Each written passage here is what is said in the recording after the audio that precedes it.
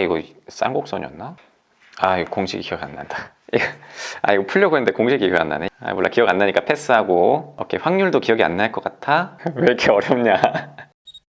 자, 안녕하세요, 에이트입니다. 수능 보신 수험생분들 정말 수고 많으셨어요. 자, 그래서 이번에 준비한 내용은 예비 대학생분들을 위한 아이패드 7세대를 준비해봤는데요. 이제 대학생이 되면서 이런 아이패드 같은 거 하나 갖고 싶다라는 생각이 들 수도 있고, 이 아이패드를 사서 정말 잘 활용할 수 있을까? 과연 필요할까? 라는 생각을 가지고 있을 것 같아요. 그래서 준비했는데요. 과연 이 아이패드 7세대, 이 녀석을 가지고 어떻게 활용할 수 있는지, 그리고 그 수많은 아이패드 중에서 어떤 기준으로 구입을 해야 되는지 알려드리려고 준비를 했습니다. 사실 태블릿을 구입하려고 고민 중이신 분들은 여러 가지 고민을 하고 있을 거예요. 예를 들어서 첫 번째로는 애플의 아이패드를 살 건지, 아니면 안드로이드 기반의 태블릿을 살 건지, 거기다가 가격대는 어떻게 할 건지, 또 와이파이 모델을 살 건지 LTE 모델을 살 건지 여러 가지 고민이 많을 텐데 어느 정도 기준을 제시해 드리려고 해요. 저도 마찬가지로 같은 고민을 했는데요. 먼저 OS 같은 경우에는 자기 핸드폰에 맞춰서 구입해라 라고 말씀드리고 싶어요. 스마트폰과 태블릿을 같이 사용하다 보니까 연동성이 정말 중요하더라고요. 저 같은 경우에는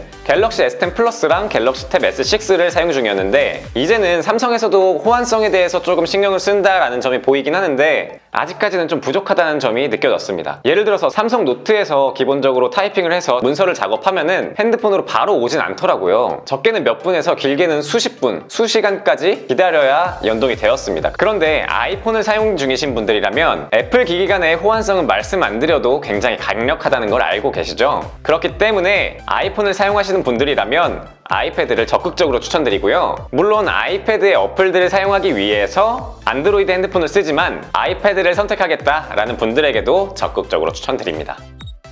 아이패드를 사자라고 결정을 했는데 여기서 어떤 모델을 살까 고민이 또 많이 되시죠? 가장 고민이 많았던 거는 에어3와 이 7세대 이 녀석이었어요. 일단은 프로 3세대 같은 경우에는 일반적인 사용자 기준으로는 너무 과한 스펙이다 라는 생각이 들었습니다. 제가 딱 살펴봤을 때 그 가격에 그만큼의 성능을 요구하는 기능들을 활용하지 않을 거란 걸 잘 알고 있기 때문에 전혀 고려하지 않았어요. 그래서 에어3와 7세대 중에 고민을 했는데, 바로 이 7세대로 집어온 이유는 뭐냐? 아이패드를 처음 사용하는데 막상 그 큰 돈을 들이고서 활용을 잘 못하면 어떡하지? 라는 생각이 들어서 시작은 부담 없이 이 7세대로 시작하자 라고 생각을 했고 바로 구입을 했습니다. 써보다가 별로면은 바로 중고로 팔아버리면 금방 팔리잖아요. 거기다가 써봤는데 활용성이 너무 좋아, 조금 더 성능을 올려도 괜찮게 사용할 수 있을 것 같아 라고 하더라도 얘를 팔아버리고 바로 에어3나 프로 라인으로 넘어가도 충분하다고 생각이 들었어요. 그렇기 때문에 가장 인기가 많은 스페이스 그레이 색상으로 준비를 했습니다. 그럼 바로 제품 구성 살펴보면서 대학생들이 어떻게 활용하면 좋을지 알려드리도록 할게요.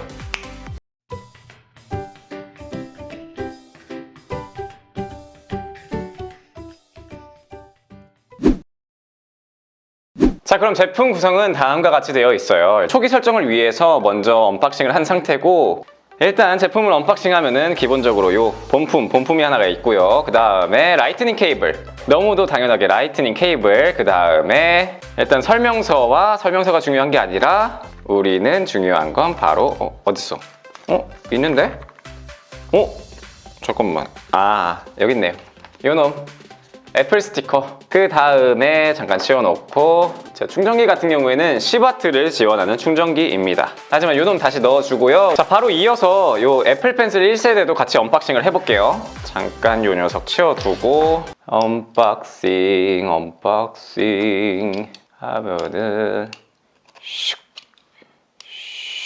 하면은 이제 여기 벌어지고 하면은 요 녀석 이쪽에 땡기라고 있는 것 같네요. 땡기고, 일단 이 상자 위쪽에 펜촉이 있네요. 펜촉이 있고 애플 펜슬을 충전하기 위한 포트, 그 다음에 의미 없는 또 사용 설명서가 있고요. 요놈 치워놓고 애플 펜슬 본품 뜯어주면 언박싱이 끝났네요. 자, 그럼 이제 연결을 해줘야겠죠. 이 뒷부분을 아마 뜯어서 요 녀석한테 뿅 해주면 블루투스 연결 요청이라고 나오면서 애플 펜슬이 아이패드와 연결하려고 합니다. 오케이, 쌍으로 연결하면 끝났네요. 뿅 하면은 이제 된다. 이제 됐다. 됐어요, 여러분. 자, 기본적인 스펙부터 먼저 말씀드리도록 할게요. 아이패드 7세대 같은 경우에는 A10 퓨전 칩셋을 탑재하고 있습니다. 이거는 기존의 6세대와도 같은 칩셋이고요. 그 다음에 아이폰 7에 쓰였던 칩셋과도 같은 칩셋입니다. 지금 와서 A10 퓨전 칩셋을 사용하기엔 너무 느린 거 아니냐라고 하실 수 있는데, 사실 A10 퓨전 칩셋으로도 4K 영상을 편집을 할 수가 있고 AR 구현까지도 가능하기 때문에 일반적인 용도에서는 부족함 없이 쓸 수 있는 칩셋이라고 생각이 듭니다. 그런데 다만 몇 년 전의 칩셋을 그대로 다시 우려먹는 거기 때문에 가격이라도 조금 낮게 나왔으면 어땠을까? 라는 아쉬움은 조금 있어요. 디스플레이 크기는 10.2인치고요. 실제로 영상을 시청했을 때 화면은 세로 모드일 때 약 18cm, 약 7.1인치 정도가 되고요. 그 다음에 유튜브 기준으로 가로 모드로 시청 시에는 약 24cm가 나옵니다. 한마디로 약 9.4인치가 되겠네요. 배터리 같은 경우에는 약 10시간 정도의 러닝 타임을 보여주고요. 무게는 483g으로 가방에 넣고 다니기에 그렇게 큰 부담이 되는 정도는 아니에요. 물론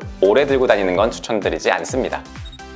자, 그럼 애플 펜슬에 대해서 조금 더 얘기를 해보면요, 이러한 아이패드를 구입했을 때 액세서리는 필수라고 생각이 들어요. 왜냐면 만약에 이러한 애플 펜슬이 없다면 사실 이런 아이패드 같은 경우에는 그냥 화면만 큰 스마트폰에 지나지 않습니다. 그렇기 때문에 이러한 펜이 없다면 활용성이 굉장히 떨어지고 결국에는 그냥 유튜브나 넷플릭스 용도로 빠질 가능성이 굉장히 커요. 패드를 패드답게 사용하기 위해서는 이러한 애플 펜슬이 굉장히 중요하다고 생각이 들고요. 또 액세서리류 중에 아이패드 7에서 추가된 부분이 바로 이 아랫부분에 이 세 가지 점 보이시죠? 이 부분을 통해서 스마트 키보드를 지원하게 되었는데, 사실 아이패드 7세대에서는 스마트 키보드를 그렇게 추천드리진 않습니다. 왜냐면 스마트 키보드가 거의 20만 원에 가까워요. 그렇기 때문에 이 아이패드 7세대 같은 경우에는 32기가 와이파이 모델 기준으로 40만 원 초반에 구입할 수 있는데 스마트 키보드가 20만 원이다? 애플 펜슬까지 구입하면 거의 70만 원이 넘어가는데, 그렇게 되면 에어3를 구입하고도 충분히 남을 수 있는 금액이란 말이죠. 사실 제가 갤럭시 탭 S6를 구입했을 때는 태블릿을 생산성 위주로 사용하려면 반드시 키보드는 필수다 라고 말씀을 드렸었는데, 아이패드 7세대에 대해서는 스마트 키보드 커버를 추천드리진 않아요. 문서 작업을 위해서 키보드가 필요한 경우에는 따로 키보드 커버가 아니라 K380 같은 가성비 키보드를 추천드립니다. 그게 훨씬 더 이 아이패드 7세대를 구입한 목적과 가성비에 더 적합하다고 말씀드릴 수 있을 것 같아요. 조금은 더 불편하겠지만요. 자, 그리고 다음으로 살펴볼 거는 대학 생활에서 어떻게 활용할 거냐 라는 것인데요. 이번에 소개드리는 것만 제대로 활용하셔도 이 아이패드 7세대에 한 가격은 충분히 뽕을 뽑는다 라고 말씀드릴 수 있을 것 같아요. 자, 첫 번째이면서 가장 메인 핵심은 바로 강의 노트 필기예요. 여러분들이 지금까지와는 다르게 대학생이 되면은 강의 노트를 프린트할 일이 굉장히 많을 거예요. 제가 학교를 다닐 때까지만 하더라도 사실 1학년 때까지는 놀고 군대 갔다 와서 2, 3학년 때 정신 차려서 학점을 복구하자 이런 느낌이었는데, 요즘 친구들은 1학년 때부터 취업을 위해서 학점 관리나 스펙 관리를 한다고 하더라고요. 그런데 인기 있는 강의를 듣는다거나 아니면 수업 자료가 많은 강의를 듣는다고 하면은 그 수업 시간 전에 굉장히 프린터 앞에 줄을 많이 서게 됩니다. 완전히 그 쉬는 시간이 전쟁이에요. 쉬는 시간은 15분이지 프린터 할 거는 많지, 근데 사람들은 많고 프린터 개수는 부족해, 심지어 옆에 거는 고장 나 있어. 이러면은 프린터 하다가 시간 다 갑니다. 근데 또 미리 뽑기는 귀찮아요. 거기다가 프린트를 할 때는 보통 종이가 좀 아까워서 4분할을 해서 할 거예요. 보통 이렇게 A4 용지가 있으면은 4분할해서 1페이지, 2페이지, 3페이지, 4페이지 이렇게 프린트를 합니다. 공감하시는 분들 많을 거예요. 그런데 요 녀석 있으면은 그냥 강의실에 앉아서 수업 프린트 바로 학교 홈페이지 들어가서 다운받고 노트 어플로 킨 다음에 그냥 수업 준비가 끝납니다. 무겁게 A4 프린트 용지들을 전부 다 들고 다닐 필요도 없고 까먹을 일도 없어요. 다시 다운받으면 되거든. 자, 이렇게 모든 필기 기능을 사용하기 위해서 필요한 어플은 바로 굿노트라는 어플인데요. 아이패드를 사용하시는 분들이라면 거의 대부분 알고 계신 어플일 거예요. 한 10,000원 정도 하는 유료 어플인데 10,000원이나 하는데도 불구하고 거의 상위권을 항상 유지하고 있는 어플이에요. 워낙에 기능이 좋다 보니까 오히려 가성비다라는 말까지 나오는 어플인데, 실제로 사용을 해보니까 그냥 펜으로 할 수 있는 거 거의 전부 다 가능하다고 보시면 될 것 같아요.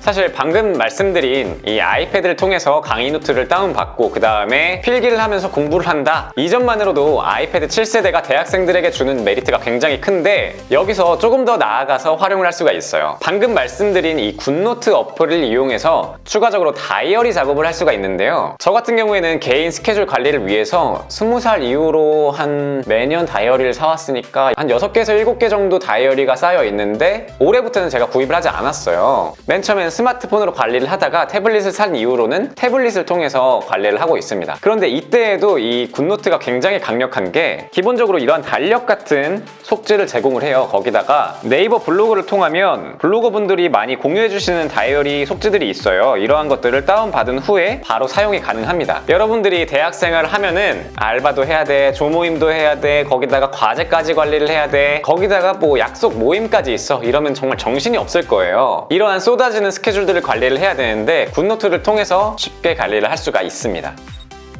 아이패드 라인이 굉장히 인기가 많고 충분히 사용하다가 중고로 파셔도 그렇게 금전적으로 큰 손해를 보지 않을 거예요. 그렇기 때문에 가벼운 마음으로 사용을 하시다가 마음에 안 들면 중고로 팔아버리고 또 마음에 들면은 조금 더 많은 기능을 위해서 업그레이드를 하고 이러면서 대학생활에 조금 더 의미있게 재미있게 보내보는 게 어떨까 싶어서 이번 영상 준비해봤습니다. 자, 이번 영상은 여기까지고요. 제 영상이 도움이 되셨거나 에이트를 더 보고 싶다 하시는 분들은 좋아요와 구독 부탁드립니다. 감사합니다.